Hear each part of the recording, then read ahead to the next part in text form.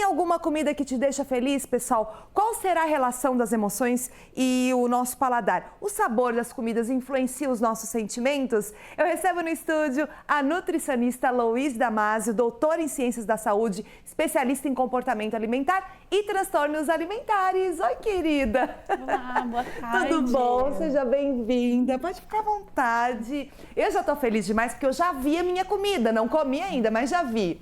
Doutora, vamos lá.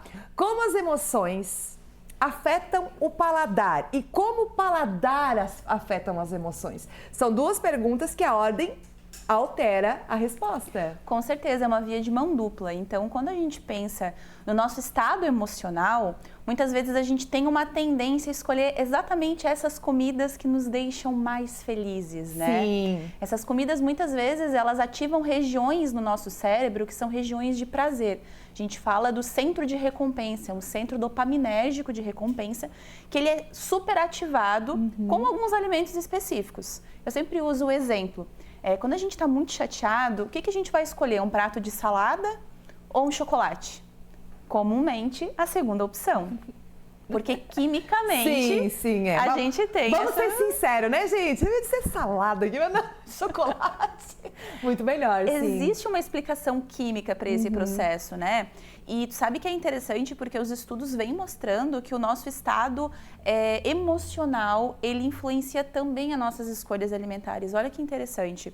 Uma pessoa que ela tem um estado emocional mais deprimido, mais triste, mais ansioso, ela tende a ter uma alimentação mais ultraprocessada, mais rica em alimentos ricos em açúcar, gordura, que vão nesse centro dopaminérgico muito rápido, que vão lá e dão uma hiperestimulação.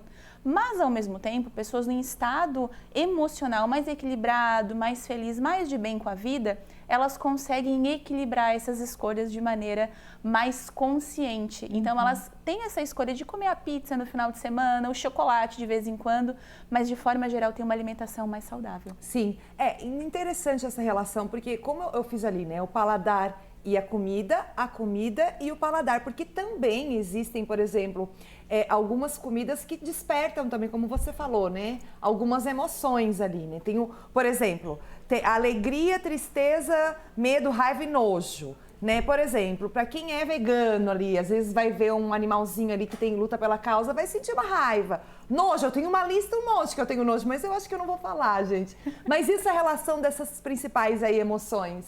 Com certeza, a gente tem o nosso próprio paladar, nossa estruturação de paladar. Então, quando a gente faz essa, ao longo da história, da nossa própria história, né? Essas introduções dos alimentos, a gente se conecta com a comida de algumas formas, né? Então, a gente tem esse paladar que a gente precisa respeitar e o ambiente influencia muito esse processo, né? Então, uma pessoa, por exemplo, tu citou dos veganos, uma pessoa vegana, vegetariana, ela aprendeu em algum momento da vida a se relacionar com os animais e não enxergar aquilo como comida.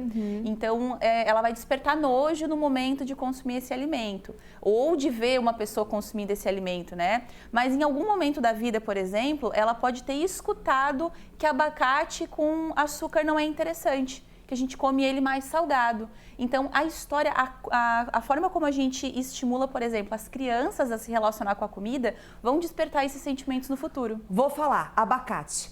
Eu não como guacamole, pessoal. Meu marido, por exemplo, adora comida mexicana. Eu não como porque eu fui treinada pela minha mãe que abacate era só batida de abacate. E eu não consigo comer. Não consigo comer o verde, ai que nojo, não, é abacate. Não faz sentido, né? Não faz sentido, essa emoção não me pertence. Não te pertence.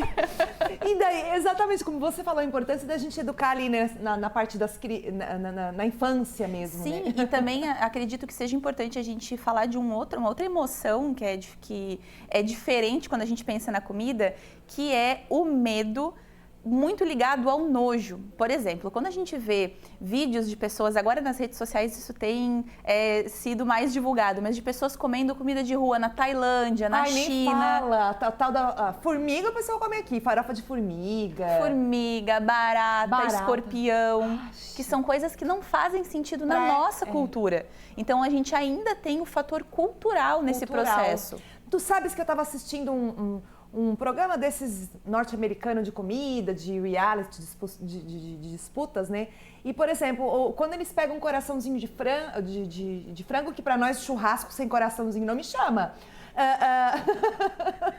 Para eles é exótico. Sim, eles acham muito o escorpião estranho. lá da Tailândia para eles. Sim, então também tem a questão cultural que vai despertar essa nossa, vai moldar essa nossa relação com a comida. E eu acho que também tem a questão popular, por exemplo, quando uma pessoa está triste, está chateada, uma das formas como a gente demonstra afeto e carinho é através da comida. Olha aí, separei o trend do TikTok, a namorada. Já passou ali, mas a namorada antes estava triste, antes da comida. Daí o namorado, ó, essa aí, ó. Antes da comida chegar, tá toda tensa. Depois que chega, aí fica feliz. Fica coração. feliz. Ó, namorado, ó. Não quer nem saber do namorado. Eu sou desse time. Tu é desse time? Eu sou desse time, o meu noivo sofre. Então, gente, vamos lá. Então, já que eu tô falando de comida, a fome me deixa de mau humor. Eu sou difícil ficar de mau humor. Agora, sentir fome me deixa de mau humor. Te deixa mal-humorada. E isso tem explicações, né? Nosso cérebro, ele tem menos substrato energético, a gente começa a ficar mais incomodada, começa a dar aquela dor de cabeça. E tu sabe que muitas vezes a gente nem nota que tá com fome, porque a gente tá tão concentrado no trabalho, em alguma atividade. Por exemplo, quando você tá dirigindo de um lugar, por exemplo, daqui a Florianópolis, daqui a Porto Alegre, que tu tá muito concentrado na estrada e que tu para no meio do caminho e dá aquela fome.